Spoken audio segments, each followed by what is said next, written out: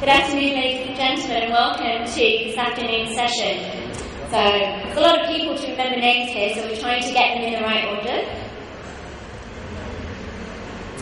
So, this afternoon's session, we want to look at retail impressions and international brands' perspectives of India.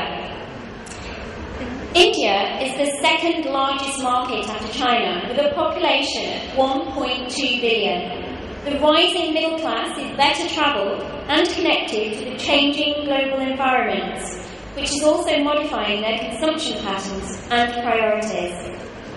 As a result, organised retail is also gaining importance, as evidenced from the increasing presence of the brands and retailers across all segments. The retail industry in India has come forth as one of the most dynamic and fast-paced industries, with several players entering the market, but all of them have not yet tasted success because of the heavy initial investments that are required to break even with other local companies and to compete with them.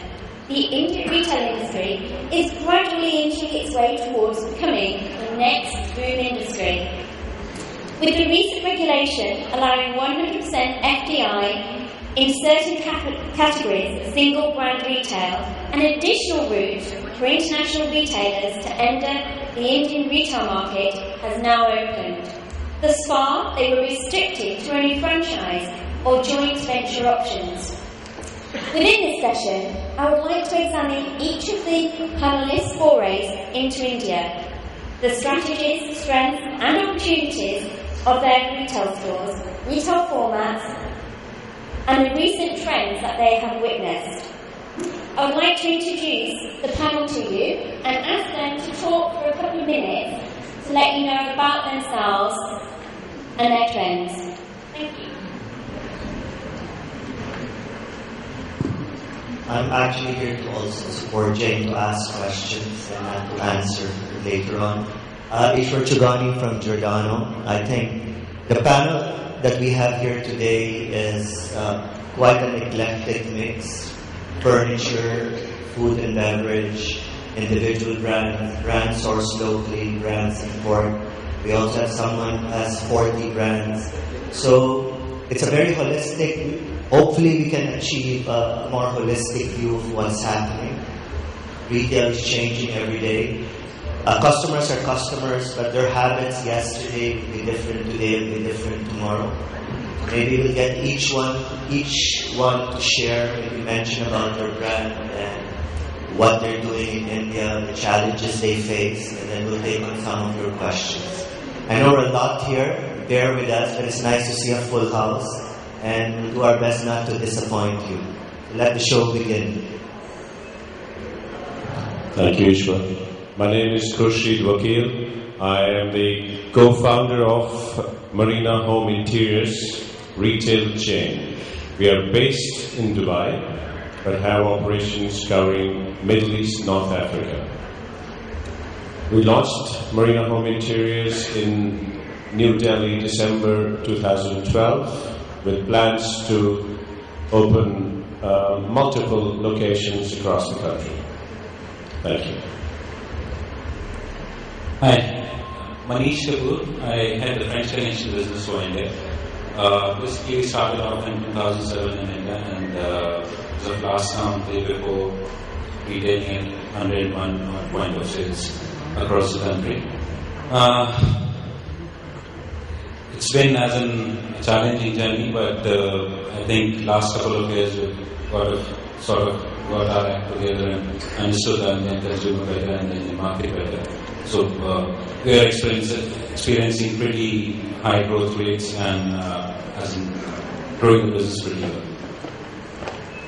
Thank you, Manish. My name is Rajesh Jain. I represent Lacoste. I'm glad to be a co-panelist in today's discussion. So when we talk about international brands' perspective of India, I would like to emphasize that this is rather the other way around. It is India's perception towards the international brands that influences and changes international brands' perspective towards India. So I'll take an example from our own journey. we entered India in 1993. That was the time when there were very few international lifestyle premium brands in India. The customer base was low. And that was further restricted for polo category for us. And this was our perspective for international brands in India at that time. Now the exposure to international markets and international brands has completely changed the Indian scenario in the next decade. Now today's Indian customer are global citizens with great aspirations in life.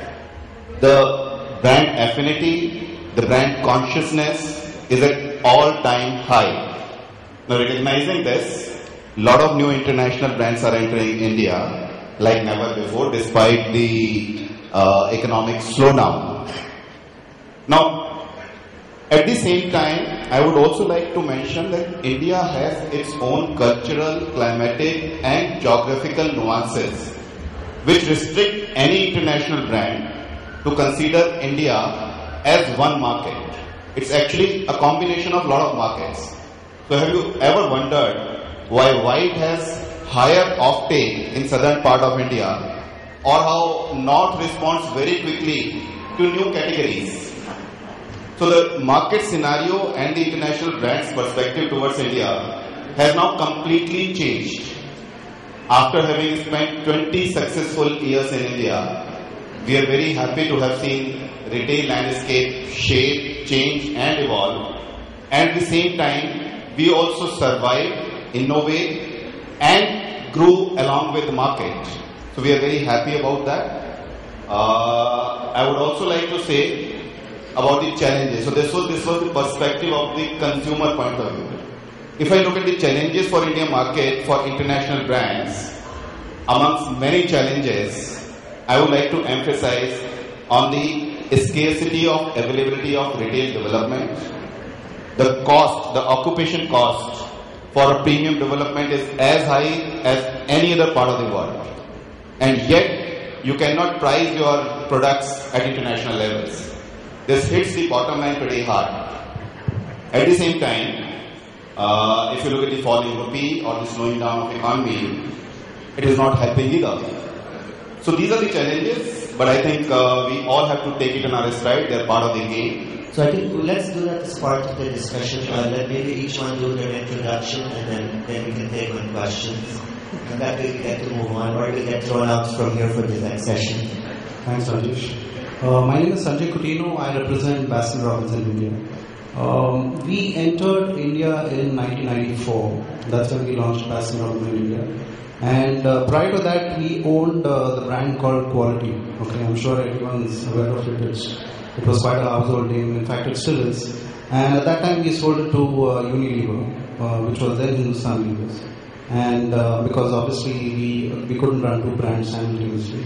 And it's been like almost 20 years now, and we have over 500 stores. In fact, 512 to be precise. Hopefully, we should add another 40 by the year end.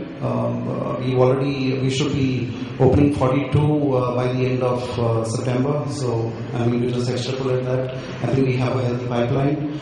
Even in terms of cities, I think we've managed to penetrate the cities. In fact, I think from India perspective, I think that's what international brands should look at. India is so diverse, both geographically and demographically, that today there's as much potential in tier 2 and tier 3 cities than tier 1 cities.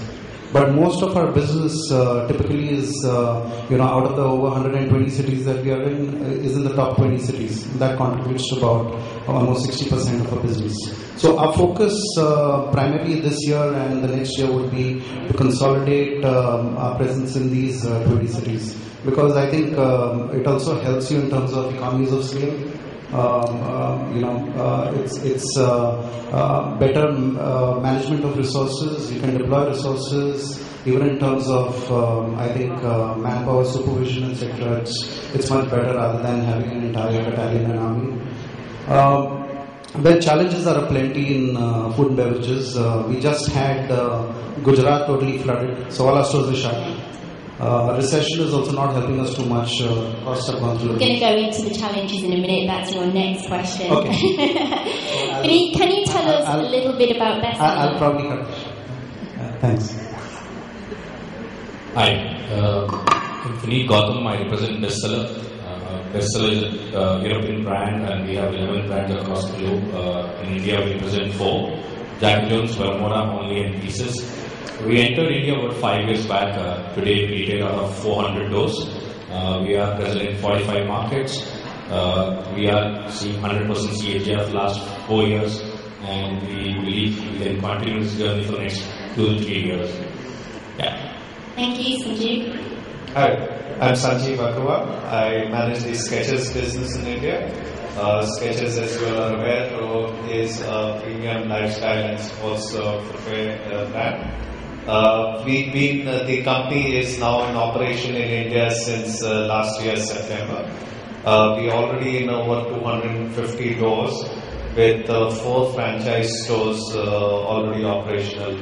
We are taking a pretty aggressive route to opening these stores, and I'm hoping that the Indian journey will be very, very strong because our products are quite differentiated. Thank you. Hi, my name is Saul Sukasajanos. I'm the Investment and Trade Commissioner for Colombia and India. In the last 4 years, we have been working here to increase the business relationship between Indian and Colombian companies. And well, we would like to thank the organizer for this important event and one amazing panel. And my idea here will be, of course, show how Colombia can complement the Indian industry to face new challenges. Hi, I'm Dalpan Kapoor. I'm the founder of Capsons. Capsons started in 1989 from a city called Chandigarh, Upper North. We started our business through retail. Now we have about 200 plus stores. Started with distribution. Now we are venturing into licenses of a few of the kids' brands. That's it. Thank you, Dalpan. So everybody really was quite intrigued about challenges. What would you say, panel, are the greatest 3 challenges of adapting your brand to the Indian market? Anybody like to start that one off?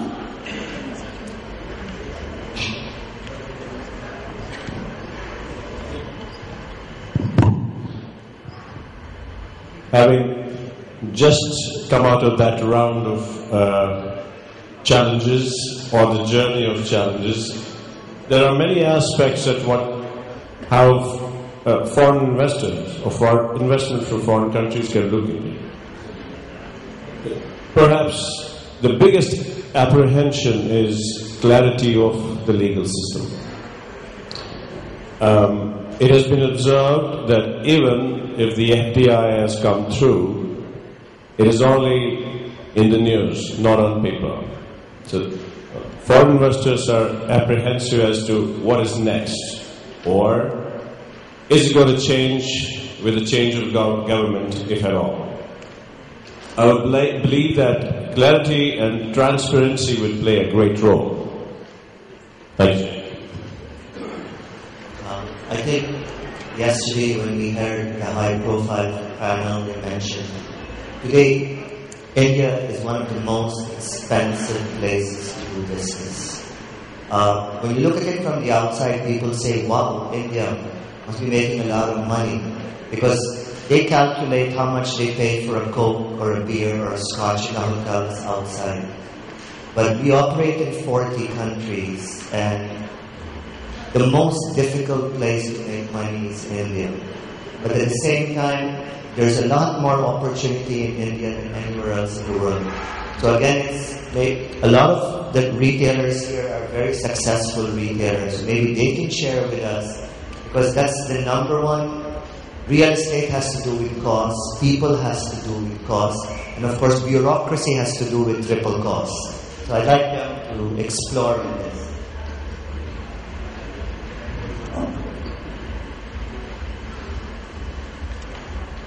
I would say, as in terms of, if I were to look at foreign retailers in India, the biggest challenge that a lot of people face is in terms of scalability of business. So it's not to do with in terms of perspective on India. we have been fortunate enough in terms of realizing that in real India, in terms of growth potential, in terms of money that's available, basically the disposable income, there's a lot of it in the 2 to 3 cities. And that's where, as in the future growth is going to come in, and that's where the future profits are also going to come in. So, there are, as in terms of a lot of apprehensions, in terms of quality of real estate and quality of people, but what we have realized over a period of time, it's more in terms of understanding your consumer, and believe me, there is a lot of consumer that's there. It's 1.2 billion population, but even if you get into 2% of it, you can tap into it, it's a whole huge business for you. The most important thing is that you don't dilute your brand equity just to get into scale. The people are going to come in, they are traveling, they are getting exposed to brands. If you live up to your brand identity, your brand credentials, future is great, and it is shaping a pattern.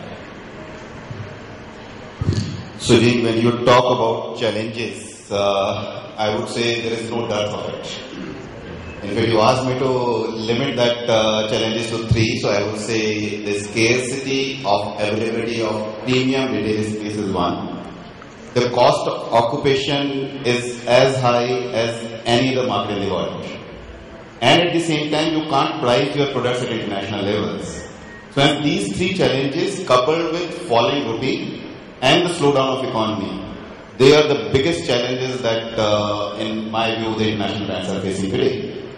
So, but having said that, I would say that we have to take it on our stride, we have to grow, and we have to take the brand forward. Let me just add on to what you mentioned. We say that India is one of the most expensive real estate in the world. And I think that's something to do with land scarcity.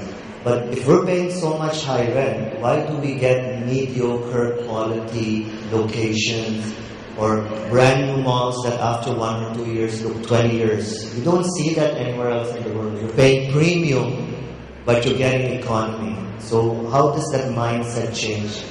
There are hundreds of malls here, but there are just very few developers who have been able to do world class. Yet everybody wants to charge world class. So maybe you can add on to that. I'll not comment on the real estate prices because I think we've debated that enough. But yeah, there's a challenge there in terms of occupancy costs. And occupancy is just not rentals, but it's about CAM and other costs of retailing. But I think we will not have to discuss all this cost at the consumption being high. I think the biggest challenge is the consumption is quite low. This per customer buying power is low compared to what we see globally. Also the wallet size, if you look at, is very, very low, and we don't see customers coming back enough. We have 4 brands which are fast fashion brands. We will like customers to change wardrobe quickly, but that we don't see in India much. A lot of Indian consumers invest into clothes, not buy clothes. So I think that's consumption is for us the biggest challenge. And as we keep going down tier 2, tier 3, we will face more challenges on consumption. You mentioned earlier when we were talking that 7% of your business is embraced by female in a male-dominated market. What experiences or challenges is this presenting for you? I think the good point about the women's business is it's unpenetrated. We do not have too many options. I think we were one of the first ones to enter tier 2, tier 3 markets with women's. We've seen great results, though consumption still keeps on being lower, but I think the trend is positive. We are seeing much higher growth coming from the women's retail business than we see it in men's. And I think a lot of more women are starting to buy international fashion. And actually, there are still more.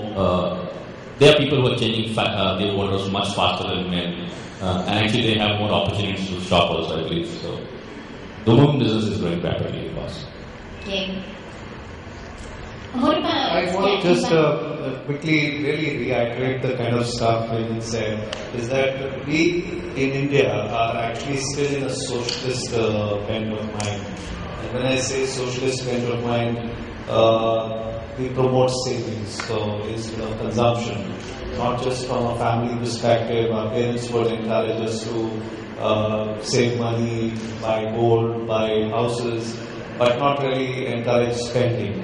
And the same thing is being followed by the government. The focus is on increasing the interest rate and keeping the inflation low. So versus saying that what's happening to the consumption. And that's really the serious issue in terms of the mindsets. As in how we keep moving towards a more developed country mindset in terms of consumption, that's really going to help. And clearly the government needs to do a lot more in terms of policy clarity and to be able to push the investment and sentiment in the climate significantly better. Because I think the kind of confusion that the government creates is also a concern area. Yes, I think all of you have said three keywords. The first one is consumer, the second one is expansion market, and the third one is consumption. And I think these are the two challenges. How can I attract my consumers? How can I maintain my consumers? And I think to sum up the answer, the only way, yesterday for example, we had great panelists here. And some of them said you should work in the environment of your store. Others said you should work in the design of your products.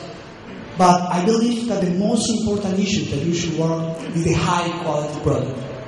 Because if you have a nice environment in your store, the people will go there and will buy the product. But he will return if you have high quality product. So I believe that all the challenges we can sum up in how can I get high quality products, innovative products, but still with competitive cost.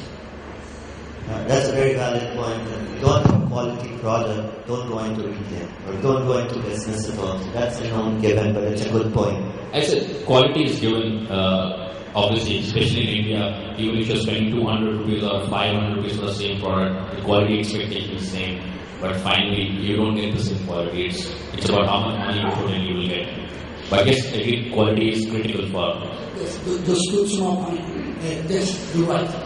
The idea or the challenges is how can I get still high quality products, but with competitive costs. Okay. I just want to quote for what the professor said. Quality can be very subjective. Everybody can argue. But the most simple definition of quality is fit to use. Okay, so whatever you offer, whatever you sell, it's fit for consumption, fit to use. That is a very basic definition of quality. Thank you for that, Eshwar. Darpan, you have a range of brands. Do you have different challenges across your brands, or do you feel that they attribute to each other? See, I come from the retail background, so I am of the opinion that more of the retail space is created and the demand is not that much. So with number game going on, so we are not doing much of retail but doing more of marketing. With offers, schemes and all those things, which starts from the start of the season and does not end with the end of the season. So this is where the problem is coming. So basic bottom line, everybody is getting hit on this. And how many of you in the panel have embraced technology within your organisation?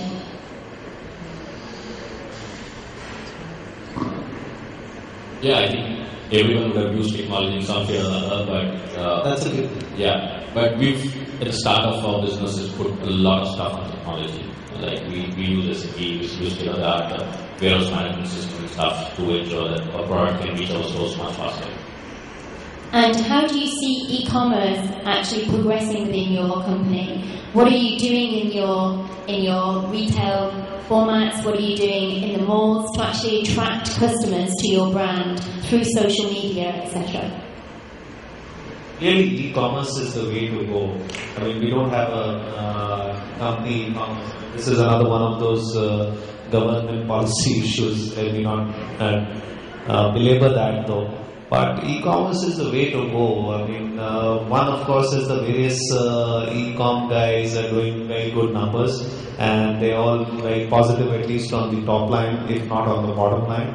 At the same time, when you talk around, even in your social circles, you realize how e-commerce is really fueling consumption in a very, very significant manner. Because now the boundaries and barriers of time and space have gone, and therefore, especially with the advent of tablets and portable devices, you can shop from anywhere.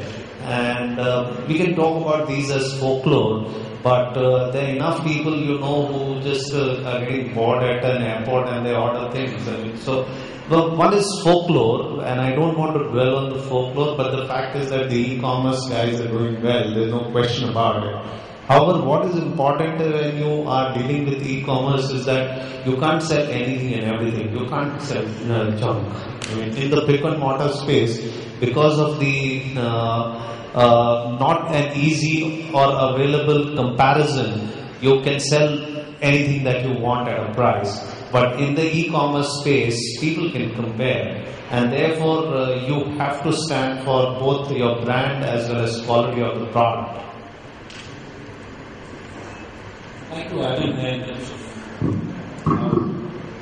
I look at e-commerce as it's a means which has been given, which actually helps us to reach out to a diverse country like India. And it actually helps us in terms of reaching out to consumers in smaller places, smaller towns, wherein probably in terms of if you were to look at venturing out in retail, in terms of setting up a shop or brick and mortar store, economies might not work out. But there is a consumption class there who wants your brand, who knows your brand, and having as an experience your brand before or known about it, e-commerce is as an easiest channel for them to reach out to you and get your products again. So again, it's going to play a very, very important role in a country like India, wherein probably it might not make sense span beyond a particular case in terms of the economies of the business, but it will help you to reach out to a much wider audience. So I would like to add here, Jane, from Lacoste perspective, I'm completely convinced that e-commerce indeed is the future in this country, given the rising costs of the occupation and at the same time the accessibility that e-commerce provides to far-off areas also.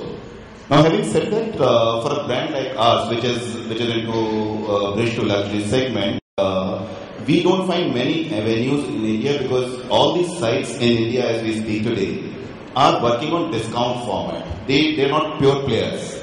So we find it very difficult to be on e-commerce with those guys and have our brand there which will be start seen as a discount brand. So e-commerce does have a long way to go, and we would love to be present after some time when we get a pure player who is dealing only in the premium segment there. You touched on a very valid point. A lot of people only think that e-commerce is to clear stocks or to discount. But it's more than just that. Every retailer today, everyone in business should actually embrace omni-channel retailing. But it's not only offline and online. There has to be consistent connection across all points.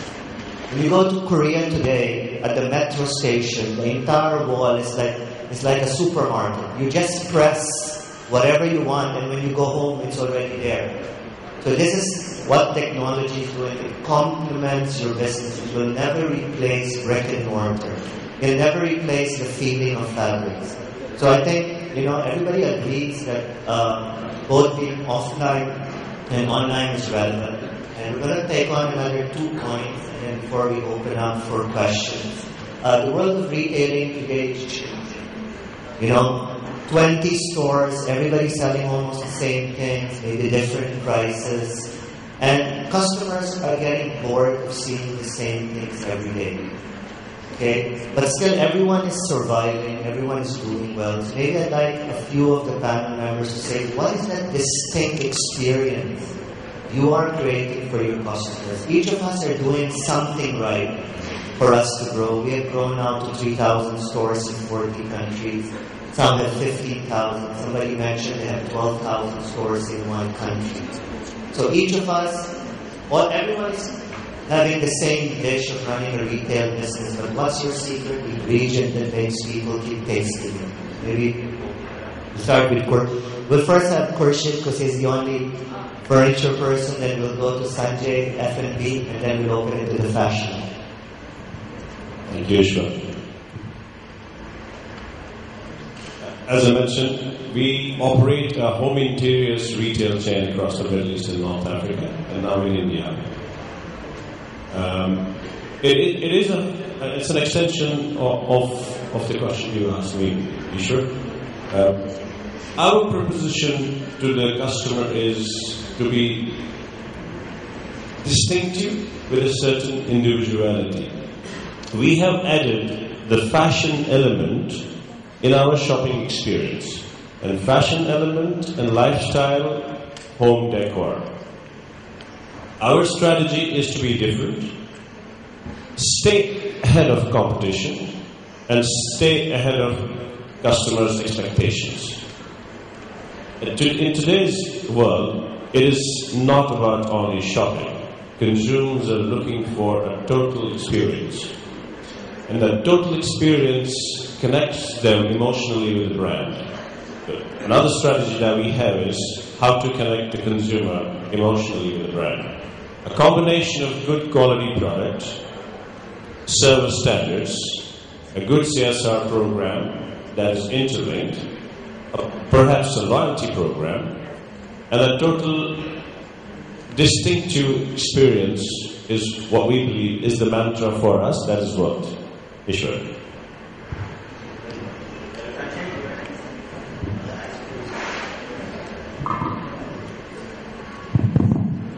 Thanks, Ishwar.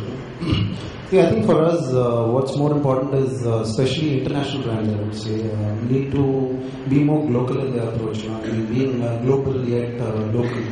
And I think brands like typically McDonald's have that fairly well. Even for us, initially we used to import a lot of ice creams. Then we started manufacturing the ice creams ourselves.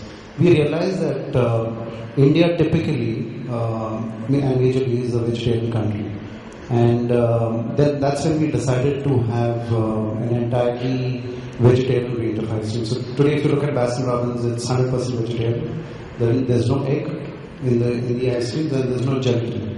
So hence we don't have the Baskin's heritage flavor called Rocky Road, which we plan to get in, but with the vegetarian marshmallows. Even though, in fact we have a lot of puppet flavors, we also do a lot of local flavors and local products too. But we try and stay within, our brand guidelines, and I think that is critical. Secondly, we also try to reach out to our customers. Okay, be it through stores, we also have a fairly wide reach in terms of our modern trade business. You visit most of the supermarkets, hypermarkets, you'll be present there, and also the HoReCa, the food service. So we are more or less present in over 1,200 touch points. Yeah, from a fashion perspective. For us, it's a little different. We are an international fast fashion retailer. Our motto is to get international fashion as far as possible to Indian customer. So for us, the localization too much doesn't help there. The only localization we look at is colors. We look at fits, but not in terms of product and trends. So we will not do a Diwali special scheme around it, but we might do a Diwali window, but which will only wish customers Diwali, but we will not do products for Diwali. So for us, getting the same product which is to our customers is the one which we believe is. I think it's time to open the door for questions, but so I have a question here. Show of hands, how many retailers are?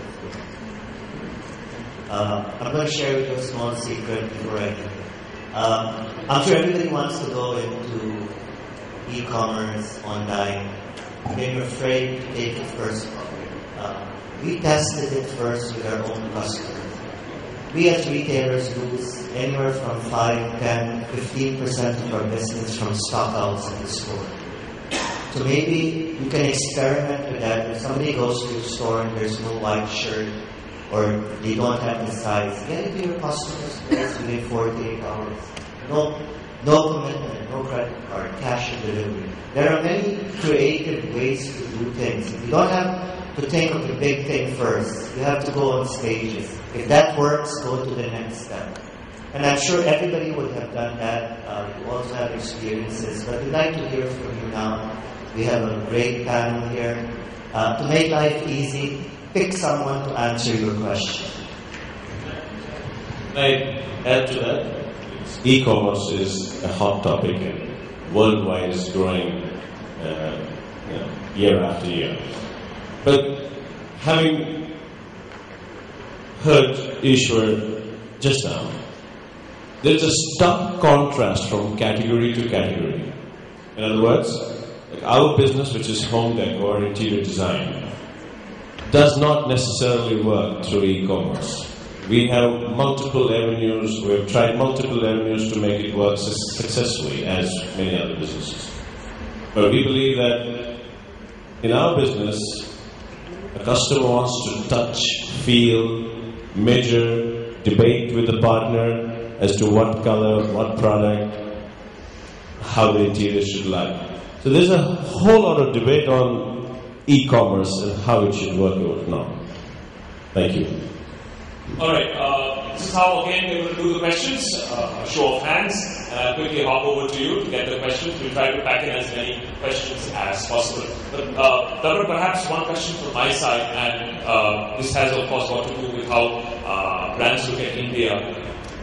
We have come to become a nation that is perpetually fascinated with discounts and sales. Now, discounts and sales happen in foreign countries as well, and they're much more genuine. Now in India you will see this whole discount brand also, for example. Do foreign brands look at sale in a different way now in India? Because people just don't want to step in unless there is a sale sign. Unless you're a shopper or a luxury brand. Anybody can actually take that, but one particular question. Is that any different? So, okay, I'll take the question. So, first of all, if I look at sale, honestly speaking, it's not a sale to give a discount to the customer. Every brand has a range that they present in any season.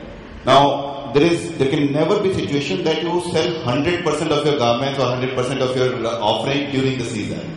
Now, to liquidate the balance inventory, you have to go for end of season sale. That's the traditional definition. So that is precisely, I would like to say that at least our brand is doing the same thing in India. We don't go for discounts otherwise. Having said that, I would also like to say that India is seeing slowdown these days. Now, a lot of brands have a lot of accumulated inventory. What do they do with the inventory? They will have to give it to the customers. Now, the customers also have started adopting that sale and started looking for discount sale. They have started planning their sale in advance. So that is what is happening, but at the same time, it's only a short-term phenomena in my view, because once the economy starts recovering, all the brands who do offer discount because of the slowdown, they would also bounce back to the normal traditional way of end-of-season discount. Can I take this question? I'd like to add in something there.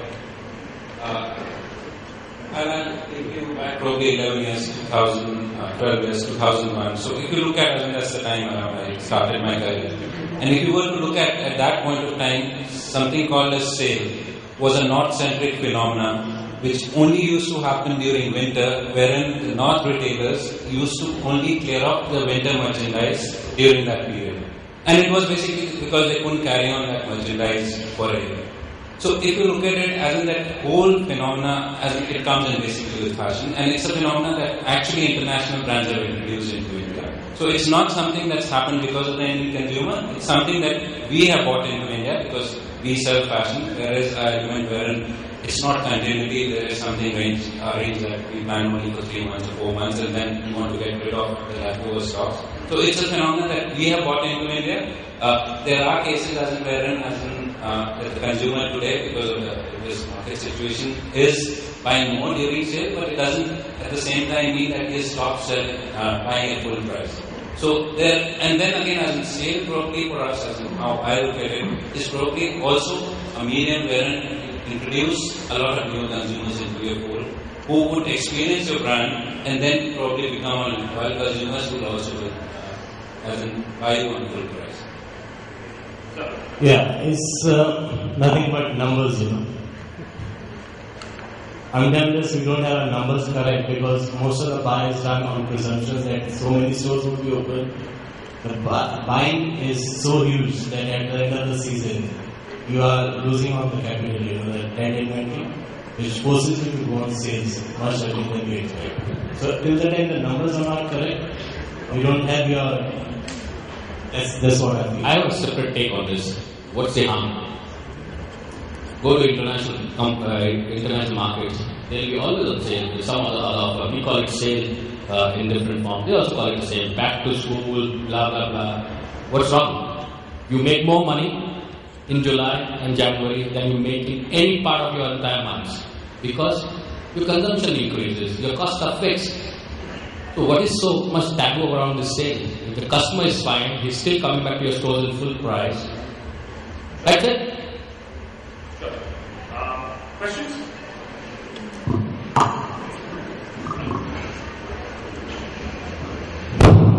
Sorry.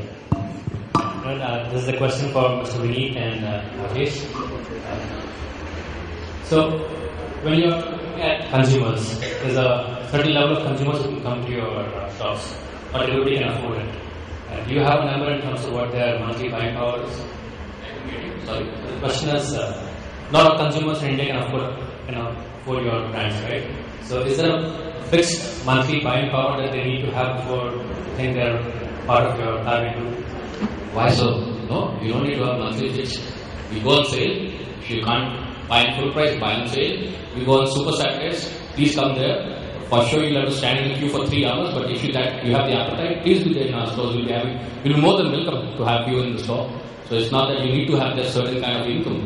Or maybe if you even decide to buy once a year, you are still our customer. If you find value in our brands, I'm sure you will come to shop. I just want to add something there. Of course, the industry is facing many challenges, but I think the industry should focus in products in elastic price to face all the crises worldwide. Because we have to think in the long term, right? So, how we call these elastic products, the price, of course. We have to think out of the box. And when we see, for example, the imports of India, we see that the main sources are China, Bangladesh, Italy, Spain, Sri Lanka. And the first question that comes to my mind is, are only those 5-6 countries the only solutions here to have high quality products or innovative products? For example, I would like to translate the question to the panelists and to the audience. How many of you, for example, do business with Latin America right now? So, the question is that, in that part of the world, for example, Latin America, is the second region that is growing so fast, and it's happening many things over there. So, just to give you some examples, over there, Levi's is the main buyer of jeans and jackets, because they are producing this line of clothes with nanotechnology to repel heat. For example, there is another company who is Lafayette, and is producing these natural and synthetic fibers, right, with cosmotextiles. So, for example, they have UV protection, antibacterial solutions, skin transfer solutions. So, my message here is put to the table and put to the audience, think a little bit out of the box. And I think the best way to get these products for the consumer here in India, for the innovative consumer in India, is to look around and see how the world is becoming smaller, and you can get easily those kind of products. And we'll take 2 more questions, and then we'll get Jane to wrap up this session. Hi, Gihan from Campaign Consulting. I was interested in the points you made on, first of all, high rental costs. Secondly, the unwillingness of Indian consumers to go for fast fashion instead of looking to invest. And thirdly, not being prepared to pay the same price as consumers overseas. And compare that with, say, for example, Zara's experience in India, where they're running at above a 20% profit margin here, but are occupying the same premium real estate locations. They're selling at pretty much exactly the same price as in London, and they're not really offering major discounts. So I was wondering how, or what the panel think they've achieved in India that perhaps other brands might have struggled with. But to sum up your question, it's all about price, right? Can we have somebody on the panel here mention your pricing here and the pricing in Europe? Any comparison, or can you say something on that? You mentioned Zara. pricing in London, pricing in the Gulf, the pricing in India. I think everybody knows that we have the duty structure here as well. So that's something that you need. Like for our business, we're like 90% import based, and we cannot achieve the same margins that we do in other countries. In other countries, we may be doing 60, 65. Over here, we have to bring it down to 40, 45, just to make sure that the price disparity between what we sell in the Far East and the Middle East, as well as in India, will not be much, and let the consumer feel that, what they're paying is actually goes to the government and not what we're taking. And I'll ask the others for comments. One final question. Hello. I had a global company focusing on customer research, primarily mystery shopping and customer experience. I keep meeting a lot of CEOs globally as well as in India. One differentiator that I see when I speak to people who manage businesses like you in other geographies is the appetite for investment in terms of volume and price to enrich their customer experience program. I'm sure all of you do believe that it's one of the biggest differentiators in businesses. But my take is that there is still a huge difference in terms of appetite, how much we want to spend in terms of enriching our experience programs, how much we want to do with our customer experience. One reason could be because of the scale that we don't enjoy yet, but just want to know the take that all of you have. When is it that we will be in line with our global players in terms of investments that we need to do to enrich our entire experience at the store level as well as with the employees? Well, pick anybody from the panel to answer your question, because everybody has to do more the merrier, I would say. If I could get an opinion from all of you, that would be much better. Okay. With your permission, let me share with you. I think mindset has to change. Many times when we talk to people in customer training, they'll say, why should I pay this much money for my person when his salary is less? So unless that mindset changes, I think slowly everybody knows it's people who actually make the difference. That's why the book of marketing, sometimes it's wrong. It's not just price, place, promotion. People is number one. Okay? So everybody knows that in business, you have to do everything to make your people happy and for them to make your customers happy. So it's the number one thing is all about people. And slowly the mindset is changing. Everybody knows that. We always talk about it. Okay? When you start business, it's always customer first. And if you have to reach out to your customers, you have to make sure that your people are taken care to do that. Okay, so Jane, would you like to wrap up? But I just add one point to that. I think I would agree with Ishwar. Today, I think the typical issue with retail in this country, especially the F&B space, with the QSRs, is the quality of manpower that we have. And they're switching all the time. And by the time you end up training the entire batch of people, you go back for refreshers, and there you see a set of new people all the time. So all that you keep doing is brand orientation and your training. You never get to literally do your refreshers. And that's one of the issues we have. And that's, in fact, one of the major challenges which I wanted to point out later, with this industry is facing. I mean, it's so easy. For the salary levels that they are at, a few thousand rupees, and they are out. And that's actually easy need for brands which are looking at expansion. Just hire people from the industry. This issue. Customer experience also depends on what category of product you are in. When you are on sale, no customer expects any service from you because it's getting value. Till the time you are able to deliver value to him, your customer service levels will differ. So for a brand like a luxury brand of Burberry, there will be different customer service expectation than what it is from a brand like me or someone else. And someone asked about Zara. How much service do you get in Zara? But people still go back because they get the value. We do Super Saturdays. We have 3 hours queue in outside our stores. You have 2 hours queue to bill, but people get some value, so they don't expect customer service at that time. But yes, it differs for different brands, and that's how the investment is required in customer service.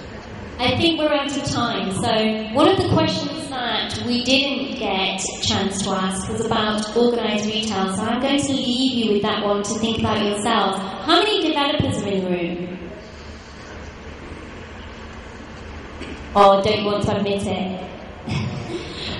There's a lot of unorganised retail in India, very little zoning. So what I want to do is ask you developers what you think you can do to help the retailers ensure that they have a good tenant mix to complement each other. So that's a thought to take away with you guys.